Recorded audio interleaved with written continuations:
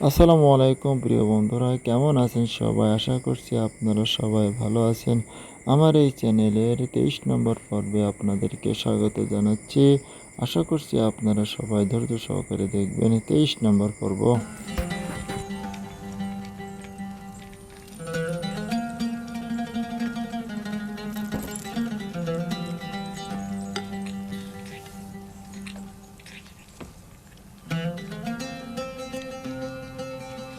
বাহ, সাবাস! অতুলনীয় খাবার। খাবার খুব সুস্বাদু হয়েছে। আমাদের পুরনো বাবুর্চিরাই কিন্তু রান্না করেছে, তবে পার্থক্যটা হচ্ছে রান্নায় তাদের আন্তরিকতাটা বেড়েছে। তার মানে বোঝা যাচ্ছে যে আন্তরিকতা খাবারের স্বাদকে বৃদ্ধি করে। শুধু রান্নায় নয় বানু জুলেখা, আন্তরিকতা যে কোনো কাজেরই মান বাড়ায়। কিন্তু পূর্বে তো এই মহব্বত ও আন্তরিকতা ছিল না। পূর্বে ইউজারশিপও ছিল না আলী জনাব।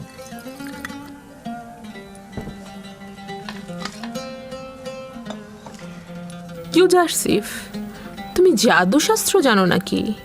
সবাইকে একেবারে মোহিত করে ফেলছো। জাদুশাস্ত্র? না বানু, এইটা কি? সে কাজকে ভালোবাসতে জানে, তার জাদু শেখার কোনো প্রয়োজনই নেই। আগামীকাল থেকে ইউজারশিপ রান্নাঘরের দায়িত্বের পাশাপাশি আমাদের খাবারের দায়িত্ব পালন করবে।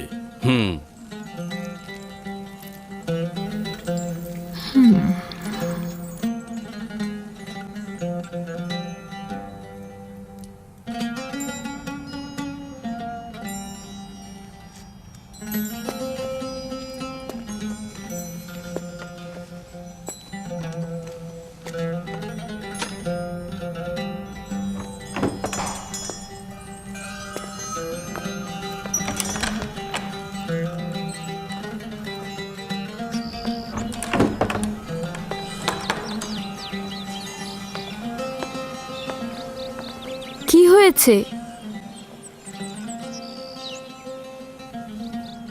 দিনের পর দিন পুঁথিপাড়ের এখানে গোলাম খেটে গেলাম।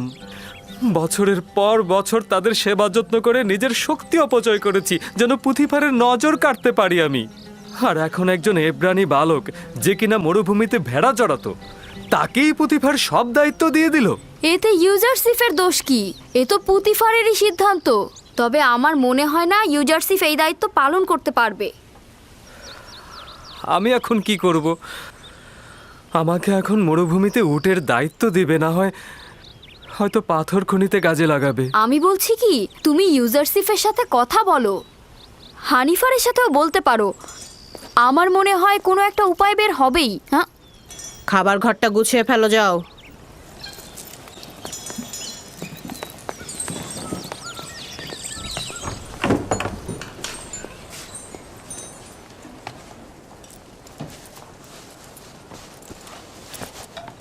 কি ওখানে ওভাবে দাঁড়িয়ে থাকবে নাকি? আমাদের একটু সাহায্য করো। এখন থেকে পুঁতিফারের দস্তরখানার দায়িত্ব এই ইউজারসিফের। আমার অধিকার নেই হস্তক্ষেপ করার।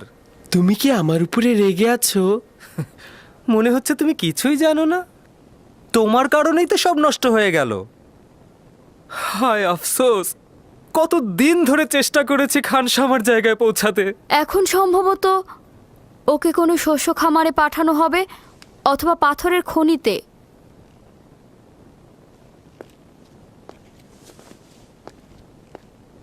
খোদা তাআলা আমাকে ক্ষমা করুক।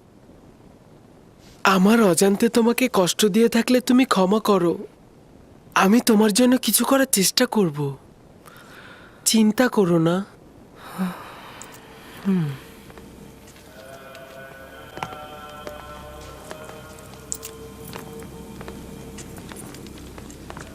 বানু জুলেখা আসছে আলী জনাব।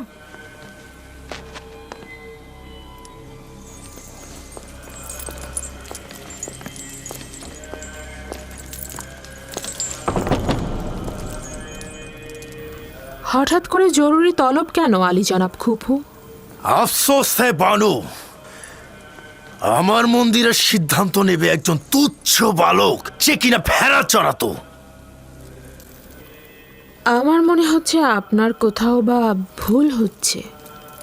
এই বালকটি অপরিচিত। এই বালকের আচরণে মহান খোদার সঙ্গে দুশ্মনীর নিশানা দেখা যাচ্ছে।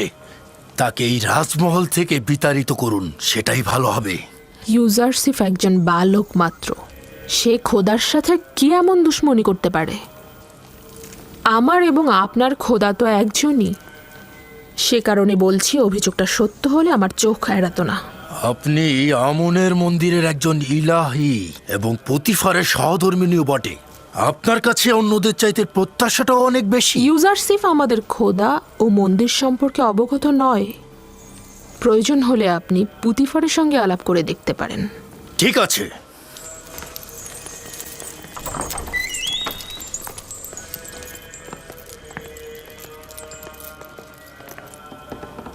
আলী জনাব, আপনি কি সিদ্ধান্ত নিয়েছেন যে একজন বালক রাজমহলের খাবার বন্টনের দায়িত্ব নেবেন? ইউজারসিফ তো শুধু খাবার বন্টনের তালিকা দেখে খাবার বিতরণ করতে চেয়েছেন। আমরাও তো তার পাঠ্যজ্ঞান ও লেখ্যরূপ সম্পর্কে ধারণা পেতে চেয়েছিলাম। এতে দোষের কি আছে? তাহলে মন্দিরের খাবার নিয়ে কেন সে ঝামেলা পাকালো আলী জনাব? এটা ঝামেলা নয় আলী জনাব, সে শুধু প্রশ্ন করেছে মন্দিরের 5 জন খাদেম কেন 20 জনে খাবার নেবে। প্রশ্নটা তো অনেকের সাথে আমাদেরও ছিল, কিন্তু আমরা এতদিন প্রশ্ন করিনি মন্দিরের খাদেমদের সম্মানের কারণে। কিন্তু ইউজারসিফ এটি নিয়ে আপত্তি করেছে, প্রশ্ন তুলেছে। খোদার নামে যে খাবারটি নেওয়া হয় সেটি ইবাদত শেষে পুরোহিতরা খায়, আর এই বালকের সেটা বোঝার কথা নয়। কে বলেছে তোমাদেরকে খোদার খাবার খেতে? তোমাদের জন্য তো খাবার পাঠানোই হয়, তাহলে বেশি খাবার কেন খাও? তোমার মতো মোটা করতে সবাইকে, আর রাজ্যের অন্য সবাই না খেয়ে রোগা ও দুর্বল হয়ে যাবে কেন?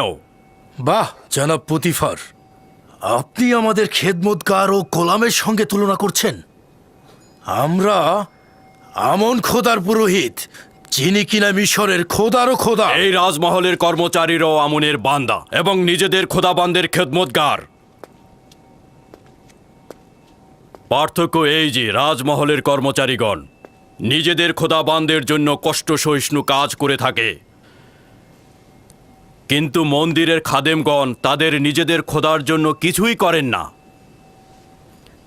শুধুমাত্র তার খাবার খেয়ে দিনে দিনে মোটা হয়ে যান।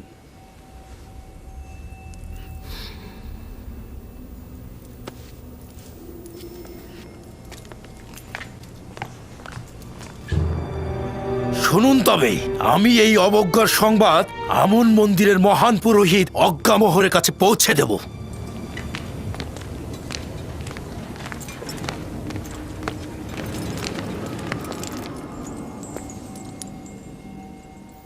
ইউজারসিফের প্রতি ভালোবাসা নিজের কাছে, কিন্তু তার জন্যে পুরোহিতদের মনে কষ্ট দেওয়া কি ঠিক হচ্ছে?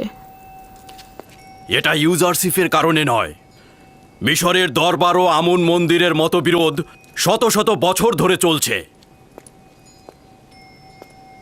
মন্দিরের পুরোহিতদের স্বার্থপরতা দিন দিন বেড়ে যাচ্ছে আমার বানু।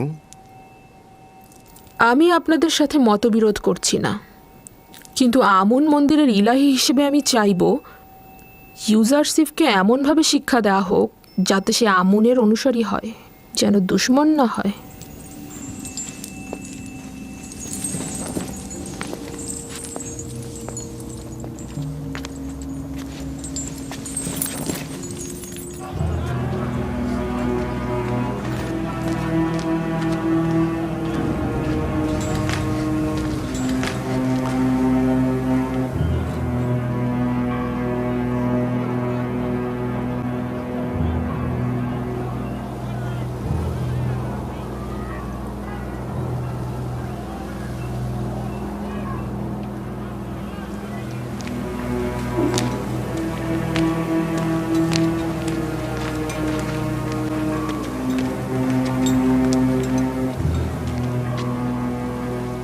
তরুদ, আমন মন্দিরের মহান পুরোহিত আলী জনাব অজ্ঞামোহর। বলো কুপু, শুনছি। আমন মন্দিরের মহান পুরোহিতের কাছে একটি আর্জি নিয়ে এসেছি। আমাকে পুতিফারের রাজমহল থেকে অব্যাহতি দেওয়া হোক। কেন? কি এমন ঘটেছে সেখানে? পুতিফারের রাজমহলে আমুন ও আমুন মন্দিরের সকল পুরোহিতদের নিয়মিত অবজ্ঞা করা হচ্ছে আলী জনাব। সকলে কাফের, বিশেষ করে পুতিফার সবচাইতে ঈমানহীন অবস্থায় আছে আলী জনাব। এখনো আমার উত্তর দাওনি। কি এমন ঘটেছে?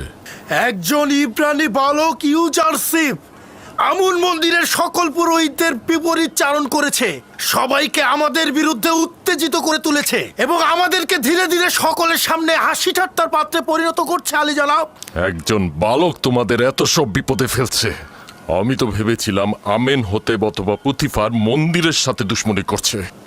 কল্পনাও করিনি একজন বালকের নামে নালিশ করবে। কিন্তু সে তো একজন মামুলি বন্ধ বালক। করো, বন্ধ করো। তোমার রাজমহল ত্যাগ করা উচিত হয়নি। কেউ জেনে ফেলার আগেই এক্ষুনি ফিরে যাও।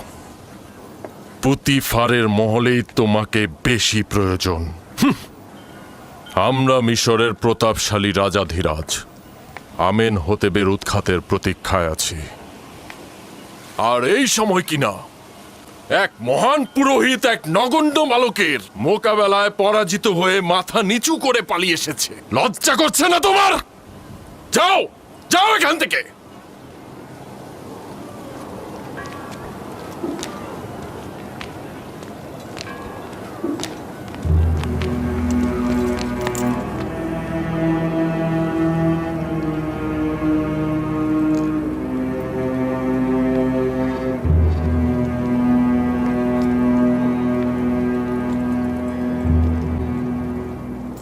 ইস, সে কত সুন্দর, একদম ফেরেশতার মতো। হ্যাঁ হ্যাঁ ঠিক বলেছ।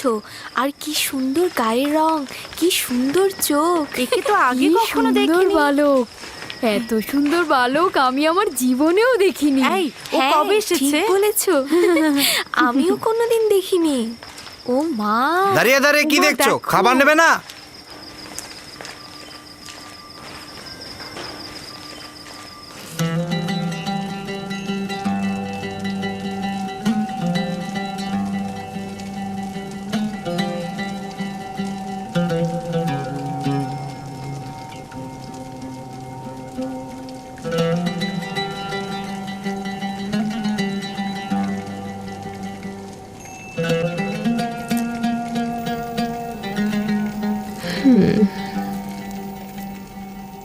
বাবা, বেশ সুসজ্জিত। নিশ্চয়ই তুমি করেছো ইউজারসিফ। আমাকে সামেনি শিখিয়েছে। ইউজারসিফ অত্যন্ত তীক্ষ্ণ বুদ্ধি সম্পন্ন। ইউজারসিফের এই সৌন্দর্যবোধ অবাক করার মতো। ইউজারসিফের এই সৌন্দর্য, জ্ঞান ও রুচিবোধ আমাকে সত্যিই একেবারে বিমোহিত করে ফেলেছে।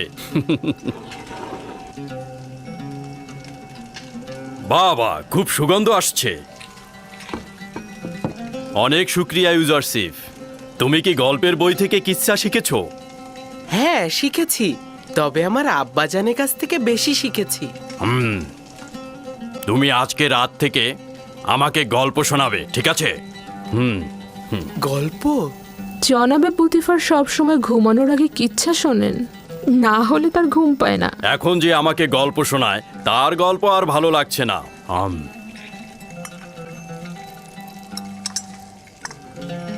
কি ব্যাপার, কিছু বলছো না তো? দুঃখিত আলী জনাব। তাহলে আপনার বর্তমান কিতাব পাঠকের কি হবে? সুপার, ও ভিন্ন কোনো কাজে যোগ দেবে। আমি তো এখন তার বিপরীতেই কাজ করছি। এর জন্য সে অনেক কষ্ট পাচ্ছে আলী জনাব। এর কারণে আমারও অনেক কষ্ট হচ্ছে। আমি তাকে আর কষ্ট দিতে পারবো না। তোমার কল্পের দয়া ও মমতা আমাকে মুগ্ধ করেছে। তুমি বলতে চাচ্ছ সুপারকে আমি উত্তম কোনো পেশায় নিয়োজিত করব, এই তো? আপনি চাইলে তাদের পূর্বের চাকরি ফিরিয়ে দিতে পারেন। আমি চাই না আমার কারণে কেউ কষ্ট পাক। আমি কাউকেই কষ্ট দিতে পারবো না। চিন্তা করো না, হানিফারকে আমি বলে দেব সুপারকে যেন উত্তম কোনো কাজে নিয়োজিত করে, ঠিক আছে? আজ থেকে তুমি আমার কিতাবখানা সংরক্ষক ও কিতাব পাঠক। জনাব পুতিফার, ইউজারসিফকে কিন্তু আমাকে হাদিয়া হিসেবে দিয়েছিলেন, মনে আছে তো? আমাকে হাদিয়া দিয়ে তার কার্য নিজে উপভোগ করছেন। যদি তুমি সম্মতি না দাও তাহলে ইউজারশিপকে কোনো কাজেই নিয়োগ করব না। আমার অভিপ্রায় ছিল মজা করা। ইউজারশিপ তাই করবে যা এই মহলের খোদাবন চাইবেন। তার উচিত হবে সবসময় আপনার প্রতি কৃতজ্ঞতা জ্ঞাপন করা এবং কখনোই মেহেরবানির অপব্যবহার না করা। আমি সর্বদাময় নিজের জাহাপানা খোদাবন্দের কাছে কৃতজ্ঞ থাকব। হুম।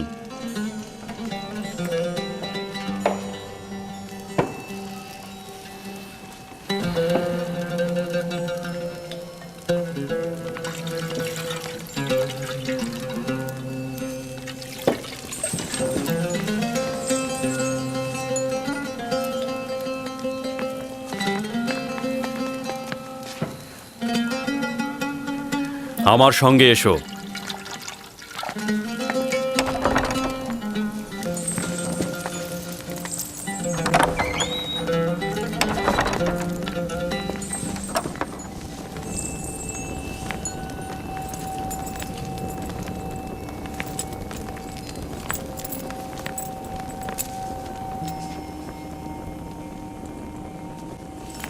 এটি অমূল্য রত্ন ভাণ্ডার। এর জন্য আমাকে যথেষ্ট পরিশ্রম করতে হয়েছে। এই কিতাব হয় আমি পাঠ করেছি, আর না হয় আমার কিতাব পাঠক সুপার পাঠ করেছে। জাহাপানা, আমাকে আজকে কোন কিতাবটি পাঠ করতে হবে?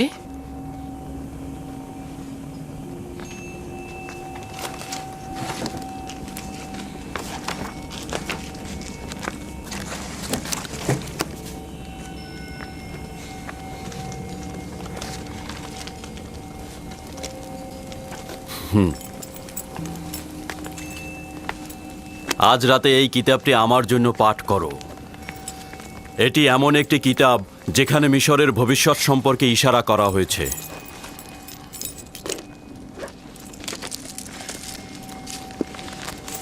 অবগত নই যে কে এই কিতাব লিখেছে, তবে অসংখ্য চিন্তার খোরাক রয়েছে এই কিতাবে।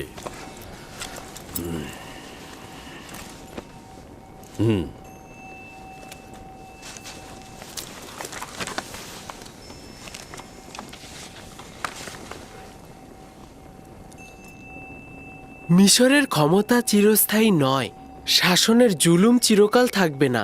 মিশরের মূল কাঠামোর আমল পরিবর্তন হবে এবং ধনী গরিবের জায়গাও পরিবর্তন হবে।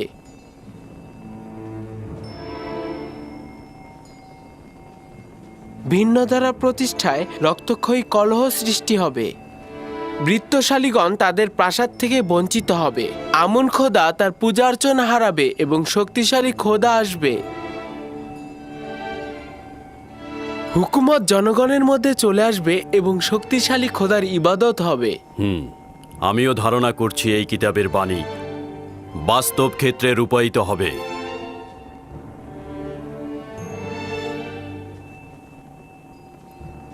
পড়ে যাও।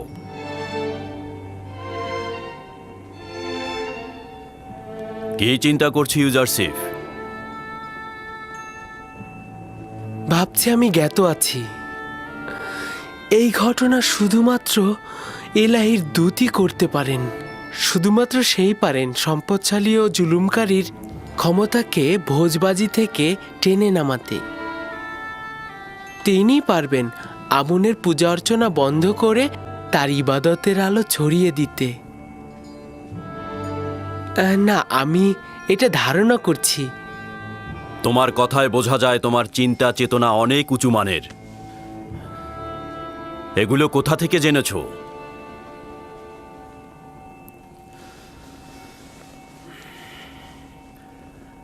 আমি ধারণা করে নিচ্ছি তুমি আমুন খোদার অনুসারী নও, কিন্তু তার দুশমন হবার দরকার নেই। আমন শুধুমাত্র হস্তনির্ভর একটি পাথর, এছাড়া কিছু নয়। তার সঙ্গে দুশ্মনির কি আছে?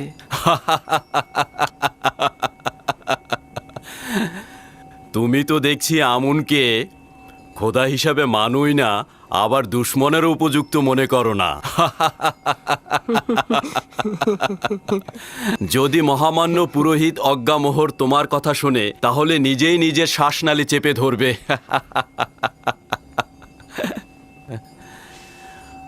ভুল করেও নিজের মনের ভাব অন্যের কাছে প্রকাশ করবে না, বিশেষ করে জুলেখার কাছে তো নয়, কারণ সে অনেক সংবেদনশীল।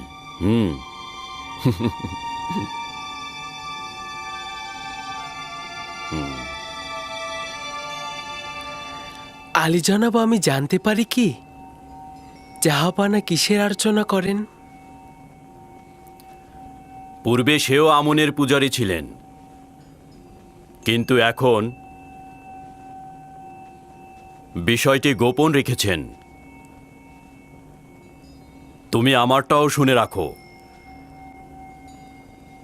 আমন মন্দিরের এই পুরোহিতদের দ্বারা আমি ত্যক্ত বিরক্ত।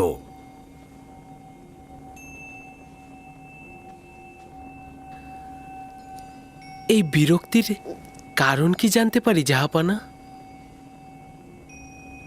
এই মন্দিরের প্রভু দাম্ভিক ও স্বার্থান্বেষী। তারা মিশরের স্বার্থের চাইতে নিজেদের স্বার্থ নিয়ে বেশি চিন্তা করে।